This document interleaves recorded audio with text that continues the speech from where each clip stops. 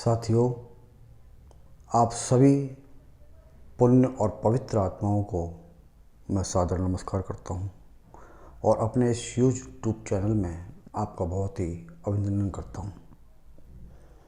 मैं रविंद्रनाथ शर्मा आपको उस सुख मार्ग की ओर ले जाना चाहता हूं जहां हर पल आप सुखी महसूस करें, सुख और आनंद की अंदर शांति की को महसूस कर सकें और हर तनाव से दूर रह सकें।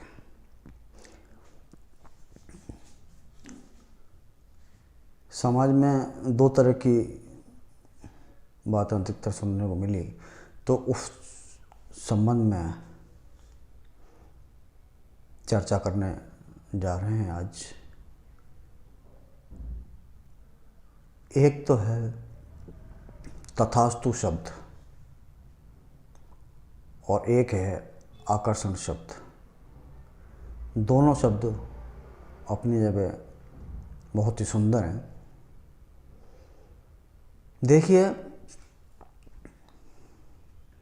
तथास्तु परमात्मा यानी आप अपने आत्मदेवता को प्रणाम करें और जो मांगें सब मिलता है। उनके पास एक ही चीज़ लेके बैठे हैं, तथास्तु।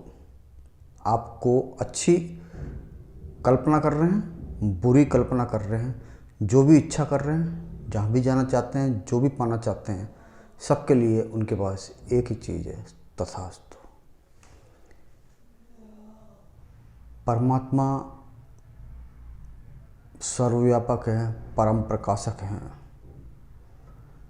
ये अपने आप में पूर्ण अपनी समता में है। इनको कोई आवश्यकता नहीं है कुछ सुनने की, कुछ मांगने की, कुछ देखने की, कुछ शांति की, कुछ आनंद की, किसी भी प्रकार की इनको कोई आवश्यकता नहीं। और नहीं ये अपने से बाहर कहीं कुछ करना भी नहीं चाहते हैं। इनके पास तो जो जैसी इच्छा लेके आता है उसको तथास्तु कह देते हैं कि उसकी अंदर जो भी मांगने आया है उसके अंदर उन्हीं का एक अंश है, आत्मा। वो ऊर्जा अपने आप ही प्रकाशित हो जाती है, उस मार्ग की ओर अपने आप ही रूपांतरित हो जाती है तथास्तु शब्द से ही। ये तथास्तु स्वतः निकलता है, आपको सुनाई दे या नहीं दे, आपकी इच्छा है, सर्वोपरि रहती है और वह आपकी ओर मुड़ जाती है। साथियों, ये शब्द रहा तथास्तु। इसमें ईश्वर के से आप कुछ भी मांगेंगे, इसका मतलब ये है कि आपको मिल रहा है। आप इसमें तन की भी संकोच ना करें। इसी के साथ में दूसरा शब्द आता है आकर्षण। हम अपने आप में पूर्ण हैं, लेकिन बाहर की चमक दमक, बाहर के सुनने वाले को मिलने वाले शब्द, दिखने वाले आकार, रूप, रंग, इन सब चीज़ों से हम इतने प्रभावित हो जाते हैं। हमारा मन इतना प्रभावित होता है। हम प्रभावित नहीं होते हैं, हमारा मन प्रभावित होता है और वह उसकी ओर आकर्षित होने लगता है।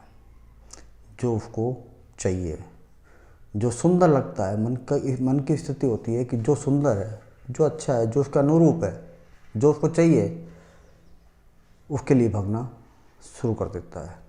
और हम सब विवश होकर के उस ओर चल देते हैं। हमारी ऊर्जा उस ओर रूपांतरित हो जाती है और हम भाग रहे हैं।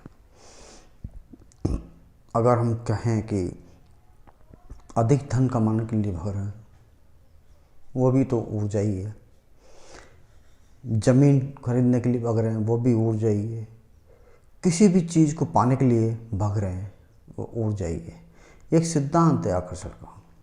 आप ये सोचते हैं कि हम कहीं भागे नहीं, तो इसमें आप अपने आप में विवश हैं, आपको भागना ही होगा।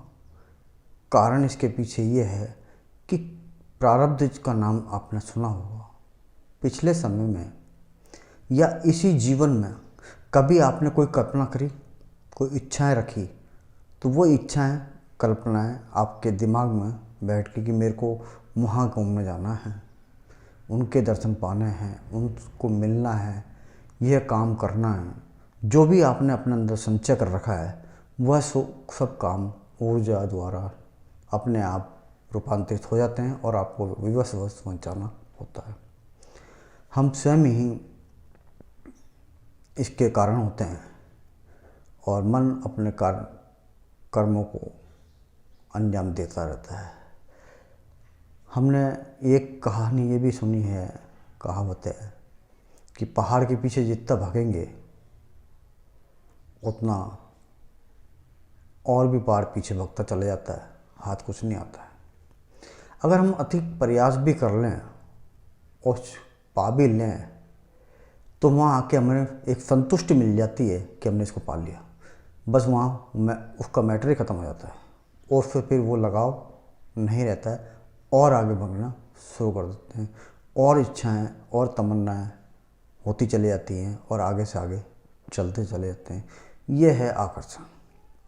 बाह्य आकर्षण में आप बाहर का जो भी देखेंगे वह सब आपको खींचता रहेगा अपनी ओर और आप चलते चले जाते हैं और मिलता कुछ भी नहीं है। जीवन को इसी तरह गंवा देते हैं, जबकि जीवन में इनका कोई महत्व नहीं होता है। हमारे को वही आशाएं रखनी चाहिए, इच्छाएं रखनी चाहिए जो हम तत्काल पूरी कर लें, कुछ ही समय में पूरी कर लें। उनको इतना लंबा भी नहीं खींचना चाहिए कि उनके लिए हमको भागते रहना पड़े और वह ऐसी आकर्षण में फंसना नहीं चाहिए कि उसके लिए भागते जाएं। होता यह है कि हमारी जो ऊर्जा है वो नष्ट होती जाती है और हम अति शीघ्र बुढ़ापे की ओर जाके हमारा जीवन समाप्त कर लेते हैं। यही आकर्षण है। तो इस आकर्षण से हमें बचना चाहिए और बाहर की तरफ ना जाके हमें अंदर की तरफ भागना चाहिए। जो कुछ भी आपको चाहिए वो बाहर नहीं अंदर है। बाहर जो भी प्राप्त करेंगे वो बाहर ही रह जाएगा, आपके अंदर नहीं आ सकता।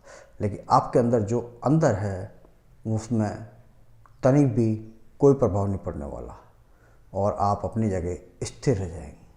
आपको स्थिरता ही आपको सुख देने वाली है। बाहर की सभी चीज़ें, चाहे आपको कुछ भी प्राप्त हो, दुख ही मिलने वाला है। यहाँ से कुछ भी जिसको आप प्राप्त करने के लिए भाग रहे हैं लेकर के सुखी नहीं हो सकते हैं। एक पल का, कुछ क्षण का सुख आपको मिल सकता है, लेकिन उसके बाद में वही आगे चल के कष्ट का भी कारण बन सकता है और यहाँ की जो चीज़ ली जाएगी वो यहीं रह जाएगी, आपके साथ कुछ नहीं जाएगा। आपके साथ में अपना आपा ही होता है, जिसको अपने आत्मा ही कहते हैं, और उसको आप शुद्ध ना कर पाएँ। शुद्ध का मतलब जो हमने संचय किया है उस संचय को जीरो कर पाए और उसको अपनी आत्मा को विवश ना करें किसी प्रकार में रूपांतरित होने के लिए, तो आपको मुक्ति मिल सकती है। मुक्ति का मतलब परम आनंद की प्राप्ति होती है। आप इसी जीवन में आनंद और सुख की प्राप्ति करते हैं। धन्यवाद। आपको अच्छा लगा वो वीडियो तो आप लाइक करें, शेयर करें, सब्सक्राइब करें और मेरे योग्य आपको लगता है कुछ आंसर पूछने तो आप पूछें, मेरे को मौका दें, मैं आपको अवश्य उत्तर दूंगा। धन्यवाद।